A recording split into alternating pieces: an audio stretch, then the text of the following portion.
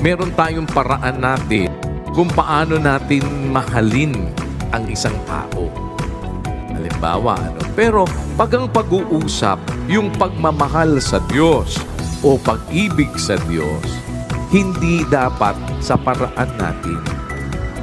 Kapatid, yung nakikita mo na may kulang, meron kang sobra. Tulungan mo yung may kulang. Alam natin nagkukulang tayo, may pagkukulang ako. Para naman ako maano dun sa aking pagkukulang. Eto, may kapatid ni Kristo dito. Alam ko, matwid na kapatid ito. Kinikilala to ni Kristo. Alam ko ito walang makain.